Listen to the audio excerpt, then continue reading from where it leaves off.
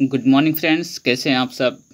चलिए, जो आपको केमिस्ट्री का जो सीरीज हम लोग जो चला रहे थे, इसमें आपको 500 ऑब्जेक्टिव क्वेश्चंस आपको लगाने का प्रयास किया जा रहा है। इसके अलावा कहीं से क्वेश्चंस एग्जाम में नहीं रहेंगे। जो भी क्वेश्चंस हैं सब ये आपको समझिए रनिंग क्वेश्चन जिसको बोलते हैं, हमेशा हर एक एग्जाम में क्वेश्चन से पूछे जाते हैं। तो चलिए करते हैं स्टार्ट। आप लोग जुड़े रहिए आपकी mathematics classes Bettiah Rinku sir के साथ।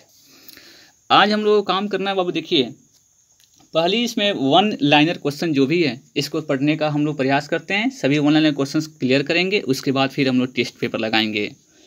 तो इसमें पहली क्वेश्चन आपको वन लाइनर क्वेश्चन है कि क्वार्ट्ज में क्या पाई जाती है। तो क्वार्ट्ज में आपको सिलिकॉन और ऑक्सीजन तत्व पाए जाते हैं। क्वार्ट्ज में कौन कौन से तत्व पाए जाते हैं, तो सिलिकॉन और आपके पास ऑक्सीजन, SiO2 इसका फुल फार्मूला होता है। कार्बन के दो मुख्य अपरूप कौन कौन से हैं, तो कार्बन के दो मुख्य अपरूप हीरा और ग्रेफाइट हैं। हीरा ताप और विद्युत का क्या होता है, कुचालक होता है। हीरा जो होता है ताप और विद्युत का कुचालक होता है, यानी कि हीरा में आपको करंट फॉलो नहीं कर सकता है क्योंकि यह कुचालक है। लेकिन आपको ग्रेफाइट है ना, वह आपको सुचालक होता है विद्युत का, जिससे आप करंट फॉलो कर सकता है। शुद्ध हीरा पारदर्शक और क्या होता है, तो रंगहीन होता है। शुद्ध हीरा पारदर्शक और रंगहीन। प्राकृतिक रबर किसका बहुलक होता है, तो प्राकृतिक जो रबर होता है वह आइसोप्रीन का बहुलक होता है। प्राकृतिक रबर को अधिक मजबूत और प्रत्यास्थ बनाने के लिए कौन सा तत्व मिलाया जाता है, तो प्राकृतिक रबर को अधिक मजबूत और प्रत्यास्थ बनाने के लिए हम लोग सल्फर का यूज करते हैं। सबसे उत्तम कोयला, सबसे उत्तम कोयला यानी कोयला का सबसे जो उत्तम किस्म है वह कौन सा है, तो एंथ्रासाइट है, जिसमें 96% कार्बन होता है। यानी कि जितना कार्बन की परसेंटेज अधिक होगा वो कोयला सबसे उत्तम किस्म का माना जाएगा। तो इसमें एंथ्रासाइट कोयला की सबसे उत्तम किस्म की कोयला कौन सी है, तो एंथ्रासाइट, जिसमें आपके पास कितनी कार्बन की परसेंटेज होती है, तो 96%। नाइलॉन मानव द्वारा संश्लिष्ट किया गया प्रथम रेशा था। तो मानव द्वारा प्रथम संश्लिष्ट किया गया रेशा का नाम क्या था, तो नाइलॉन था। शुद्ध जल का पीएच मान कितना होता है, तो शुद्ध जल का पीएच मान कितना होता है, 7 होता है। 7 से जब कम होता है तो वह आपको अम्लीय होता है, और 7 से ज़्यादा होगा तो वह क्षारीय कहलाएगा। सबसे हल्की धातु कौन सी है, तो सबसे हल्की धातु लिथियम है। लेड संचायक बैटरी में कौन सी अम्ल का यूज करते हैं, तो लेड संचायक बैटरी में हम लोग सल्फ्यूरिक अम्ल का यूज करते हैं, H2SO4। कार्बन डाइऑक्साइड में का प्रयोग हम लोग कहाँ करते हैं, तो कार्बन डाइऑक्साइड का प्रयोग हम लोग आँख को बुझाने में किया जाता है। शुद्ध जल होता है वह विद्युत का कुचालक होता है, जिसको बोलते हैं डिस्टिल्ड वाटर। ये शुद्ध जो जल होता है उसमें विद्युत करंट हम लोग फॉलो नहीं करा सकते हैं, क्योंकि नहीं होता है, क्योंकि ऑलरेडी वह कुचालक होता है। हड्डियों और दांतों में कौन सी आपको तत्व पाई जाती है, तो हड्डियों और दांतों में कैल्शियम पाया जाता है। जब भी हम लोग कैल्शियम की कमी होती है तो हम लोग को हड्डियों के जोड़ों में दर्द होती है, इसलिए हड्डियों और दांतों के लिए सबसे बेहतर है कैल्शियम का हम लोग यूज करना। लोहे में जंग लगने के लिए सबसे पहले उत्तरदायी कौन सा है, लोहे में जो जंग लगता है उसका मेन रीजन्स कौन कौन सा तत्व के कारण होता है, किसकी कमी के कारण होती है, तो लोहे में जो जंग लगती है वो ऑक्सीजन और नमी के कारण ही लोहे में जंग लगता है। एसिटिलीन गैस का प्रयोग कहाँ करते हैं, तो एसिटिलीन गैस का प्रयोग हम लोग कच्चे फलों को पकाने में हम लोग एसिटिलीन गैस का प्रयोग किया जाता है। फोटोग्राफी में स्थायीकरण के लिए सोडियम थायोसल्फेट का प्रयोग किया जाता है। फोटोग्राफी में किसका हम लोग यूज करते हैं, तो सोडियम थायोसल्फेट का। फास्फोरस को हवा में जल उठता है, इसी कारण उसे जल में डुबो कर रखा जाता है। फास्फोरस को हवा में हम लोग नहीं रख सकते हैं, हवा में जब रखेंगे तो अपने आप उसमें आग पकड़ लेगा, इसलिए कारण उसको जल में डुबो कर रखा जाता है। और एक क्वेश्चन यहाँ से आता है कि सोडियम को कहाँ रखा जाता है, तो सोडियम को हम लोग मिट्टी के तेल में रखा जाता है, इसको ध्यान रखना है। कोल गैस मुख्यतः हाइड्रोजन और मीथेन का मिश्रण होता है। कोल गैस किसका किसका मिश्रण होता है, तो हाइड्रोजन और मीथेन का। क्लोरीन गैस फूल के रंग को उड़ा देती है। कौन ऐसा गैस है जो फूल के रंग को उड़ा देता है, तो इसको बोलते हैं बाबू क्लोरीन गैस। क्लोरीन गैस ही फूल के रंग को उड़ा देती है। कृत्रिम सुगंधित पदार्थ बनाने के लिए किसका यूज करते हैं, जिसको हम लोग बोलते हैं सेंट का, जैसे परफ्यूम का यूज आज हम लोग करते हैं, उसमें कौन सा आपको केमिकल लगा रहता है, तो उसको बोलते हैं बाबू एथिल एसीटेट। एथिल एसीटेट का क्या कारण ही हम लोग कृत्रिम सुगंधित पदार्थ बनाने में हम लोग एथिल एसीटेट का प्रयोग करते हैं। मीथेन गैस का वो दूसरा नाम क्या है, मीथेन गैस को हम लोग मार्स गैस के नाम से जाना जाता है। भारी जल का उपयोग कहाँ करते हैं? तो भारी जल का उपयोग न्यूट्रॉन, मंदक और ट्रेसर के रूप में किया जाता है। भारी जल का उपयोग न्यूट्रॉन, मंदक और ट्रेसर के रूप में किया जाता है। बर्तनों में कलई करने में हम लोग किसका यूज करते हैं? तो बर्तनों में कलई करने के लिए अमोनियम क्लोराइड का प्रयोग किया जाता है। बर्तनों को कलई करने में अमोनियम क्लोराइड का प्रयोग किया जाता है। पानी का क्वथनांक कितना होता है? तो पानी का क्वथनांक आपको 100 डिग्री सेल्सियस होता है। 100 डिग्री सेल्सियस पे आपको वह वाष्प में बदल जाता है। परम शून्य ताप का मान कितना होता है? तो परम शून्य ताप का मान -273 डिग्री सेल्सियस होता है।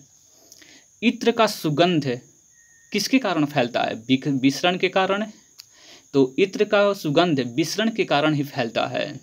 किसी परमाणु के बाह्यतम कक्षा में उपस्थित इलेक्ट्रॉन को क्या बोलते हैं? तो संयोजी इलेक्ट्रॉन, इसको वैलेंस इलेक्ट्रॉन कहा जाता है। अक्रिय गैस की बाह्यतम कक्षा में कितने इलेक्ट्रॉन होते हैं? या तो 2 होंगे या तो 8 होंगे। यानी कि अक्रिय गैस, जिसको निष्क्रिय गैस के नाम से जाना जाता है, तो अक्रिय गैस जो होते हैं वो उसके बाह्यतम कक्षा में कितने इलेक्ट्रॉन होते हैं? तो 2 होंगे या 8 होंगे।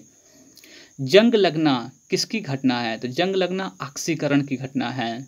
आपको बताया गया था कि ऑक्सीकरण में, तो ऑक्सीकरण और अवकरण के बारे में हमने पढ़ा था प्रीवियस वीडियो में। तो इलेक्ट्रॉन त्यागने की प्रक्रिया ऑक्सीकरण कहलाती है और इलेक्ट्रॉन ग्रहण करने की प्रक्रिया क्या बोलते हैं? तो अवकरण कहते हैं। तो इसमें ध्यान रखना है कि जंग जो लगना है वो किसकी घटना है? ऑक्सीकरण की और की अवकरण की। तो इसमें ऑक्सीकरण की घटना है। आवर्त सारणी में आवर्तों की संख्या कितनी होती है? तो आवर्त सारणी में आपके पास 7 आवर्त होते हैं। आवर्त सारणी में क्षैतिज कतारों को, जिसको बोलते हैं हॉरिजॉन्टल लाइन, हॉरिजॉन्टल यानी कि क्षैतिज जो कतारों को उसको आवर्त कहते हैं, और उद्दग्र कतारों को हम लोग क्या बोलते हैं? वर्ग कहा जाता है। तो आवर्त और वर्ग 2 प्रकार के सिस्टम होते हैं। तो इसमें आपके पास क्षैतिज कतारों को आवर्त कहेंगे और उद्दग्र कतारों को वर्ग कहा जाता है। उदासीन विलयन का पीएच मान कितना होता है? तो उदासीन विलयन का पीएच मान हमेशा 7 होता है, आपको ध्यान रखना है। और अम्लीय विलयन का पीएच मान कितना होता है? तो 7 से कम। और क्षारीय विलयन कहा जाएगा तो 7 से अधिक। तो इस प्रकार आपने कुछ क्वेश्चंस के आपने सिलेक्शंस को देखा, कलेक्शंस को देखा। फिर हम लोग चलते हैं नेक्स्ट क्वेश्चन में। क्षारीय विलयन का पीएच मान कितना होता है? तो क्षारीय विलयन का पीएच मान कितना होता है? तो 7 से अधिक होता है। तो आपको याद रखना होगा, उदासीन विलयन तो 7, अम्लीय विलयन 7 से कम, और क्षारीय विलयन 7 से ज़्यादा होता है। पेंसिल का शीशा, पेंसिल का जो हम लोग लिखते हैं उस पेंसिल का शीशा बनाने में किसका यूज करते हैं? तो ग्रेफाइट का यूज करते हैं। और ये ग्रेफाइट जो होता है वो विद्युत का क्या होता है? सुचालक होता है। बेंजीन की संरचना कैसी होती है? तो बेंजीन की जो संरचना होती है वह वलयाकार होती है। एल्कीन का समान सूत्र क्या होता है? तो एल्कीन का जो समान सूत्र होता है CnH2n होता है। CnH2n। तो एल्कीन का समान सूत्र का फॉर्मूला क्या होता है? तो CnH2n। एल्काइन का समान सूत्र कितना होता है? तो CnH2n H2n-2 होता है। तो CnH2n-2 आपको एल्काइन का, और एल्कीन का कितना होता है? CnH2n।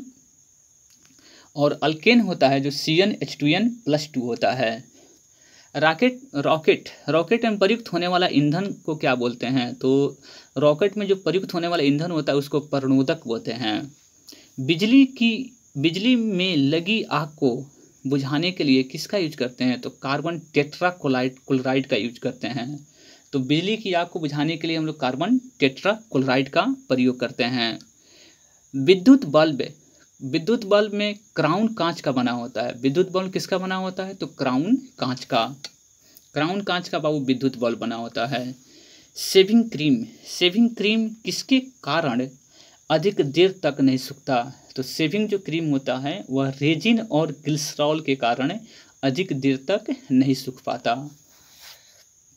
कोयले के समान प्रकार क्या कहलाती है? बिटुमिन्स है। तो कोयले का समान प्रकार क्या है? बिटुमिन्स है। अब कोयले का सबसे उच्चतम कोटि का कौन सा है? तो एंथ्रासाइट, जिसमें 96% आपको कार्बन होता है।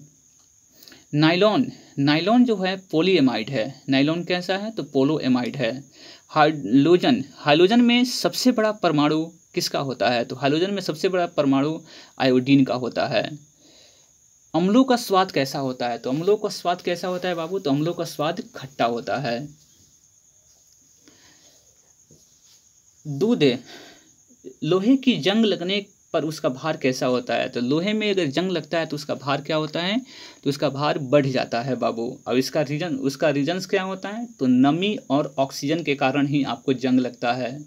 दूध से क्रीम अलग करने पर उसका आयतन कैसा होता है? तो उसका आयतन घट जाएगा, बढ़ जाएगा, या कोई चेंजिंग नहीं होगा। तो दूध से जब क्रीम अलग होगा तो उसका आयतन क्या होता है? बढ़ जाता है। दूध पायस कोलाइडी तत्व है। तो आपको कोलाइडी, निलंबन, ये सब सिस्टम होती हैं, तो उसमें आपको समझना है कि दूध जो होता है वह पायस कोलाइडी तत्व होता है। प्रयोगशाला में बनाया गया पहला कार्बनिक पदार्थ कौन सा था? तो प्रयोगशाला में बनाया गया पहला कार्बनिक पदार्थ यूरिया है।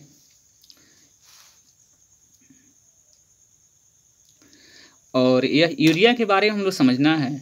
प्रयोगशाला में पहला बनाया गया आपको कार्बनिक पदार्थ क्या है? यूरिया है। और ये यूरिया में आपको नाइट्रोजन की मात्रा कितनी होती है? तो 46% होती है। ये क्वेश्चंस आपको रिपीटेशन क्वेश्चंस हैं, हमेशा क्वेश्चंस आपको दिए जाते हैं प्रयोगशाला में। उसके बाद हड्डियों में कितनी % फास्फोरस होती है? तो हड्डियों में आपके पास 8% फास्फोरस होती है। तो हड्डियों में कैल्शियम और फास्फोरस पाई जाती है। फास्फोरस की मात्रा कितनी होती है? तो 8%। आंसू गैस का रासायनिक नाम क्या है? तो आंसू गैस का जो इसका रासायनिक नाम क्लोरोएसिटोफिनोन कहलाता है। जब चींटियाँ चलती है तो उसमें कौन सा अम्ल अंततः क्षेपित करती है? तो जो चींटियाँ जो होती है उसमें लाल चींटियों में कौन सी बाबू अम्ल पाई जाती है? तो फॉर्मिक एसिड पाई जाती है, यानी कि फॉर्मिक अम्ल। लाल चींटियों में कौन सी अम्ल पाई जाती है? तो फॉर्मिक अम्ल। हड्डियों में फास्फोरस कैल्शियम फॉस्फेट के रूप में पाया जाता है। जो हड्डियों में फास्फोरस और कैल्शियम जो पाया जाता है वह फास्फोरस कैल्शियम फॉस्फेट के रूप में पाया जाता है। परमाणु के सिद्धांत का प्रतिपादन किसने किया था? तो परमाणु के सिद्धांत का प्रतिपादन जॉन डाल्टन ने किया था। कब किया था? तो 1801 ईस्वी में किया था। उत्कृष्ट गैसों का संयोजकता कितनी होती है? तो 0 होती है। बर्फ का द्रव्यमांक और हिमांक कितना होता है? तो बर्फ का द्रव्यमांक और हिमांक आपको 0 डिग्री सेल्सियस होती है। रात के वक्त पेड़ कौन सा गैस छोड़ता है? तो रात के वक्त पेड़ कार्बन डाइऑक्साइड गैस छोड़ता है। रात में आपको कार्बन डाइऑक्साइड रिलीज करता है, छोड़ता है, और दिन में ऑक्सीजन छोड़ता है। इसलिए रात में हम लोग को पेड़ों के नीचे नहीं सोना चाहिए। गोबर गैस संयंत्र का निर्माण किसने किया था? तो गोबर गैस संयंत्र का निर्माण आपको सीबी देसाई ने किए थी। तो गोबर गैस का संयंत्र का निर्माण किसने किया था? तो सीबी देसाई ने किया था। आदर्श गैस समीकरण का इसका फॉर्मूला क्या है? तो आदर्श गैस समीकरण आपको PV बराबर nRT होता है। PV बराबर कितना? nRT होता है। अम्ल वर्षा का मुख्यतः कौन से गैस के कारण होती है? तो सल्फर डाइऑक्साइड यानी कि SO2 के कारण अम्ल वर्षा होती है। उसका मुख्य कारण यही है। एक पदार्थ को सीधे ठोस से वाष्प की अवस्था में परिवर्तनशील क्या कहलाता है? तो ऊर्ध्वपातन कहलाता है। जैसे कपूर जो होता है वह ठोस से सीधे वाष्प में बदल जाता है, वह लिक्विड फॉर्म में चेंज नहीं होगा। हरित गृह प्रभाव जिस ग्रीन हाउस इफेक्ट में पृथ्वी की औसत तापमान क्या होती है बाबू? बढ़ जाती है। पृथ्वी का औसत जो तापमान होता है वो बढ़ जाता है। इसमें CO2 की मात्रा ज़्यादा हो जाती है, इसलिए इसको हरित गृह प्रभाव के नाम से जाना जाता है। साधारण कार्बन स्टील में मुख्यतः कौन कौन से तत्व होते हैं? तो साधारण कार्बन स्टील में मुख्यतः लोहा और क्रोमियम होता है। प्लास्टर ऑफ पेरिस का प्रयोग कब होता है? तो प्लास्टर ऑफ पेरिस का प्रयोग टूटे हुए अंगों पर प्लास्टर चढ़ाने में हम लोग यूज किया जाता है, जिसको प्लास्टर ऑफ पेरिस कहा जाता है। सूत एक प्राकृतिक वनस्पतिक रेशा है। सूत जो होता है वो प्राकृतिक वनस्पतिक रेशा है। चलिए हम लोग इसके बाद फिर नेक्स्ट वीडियो में मिलेंगे। तब तक के लिए नमस्कार। जुड़े रहिए आप लोग RK mathematics classes Bettiah Rinku sir के साथ।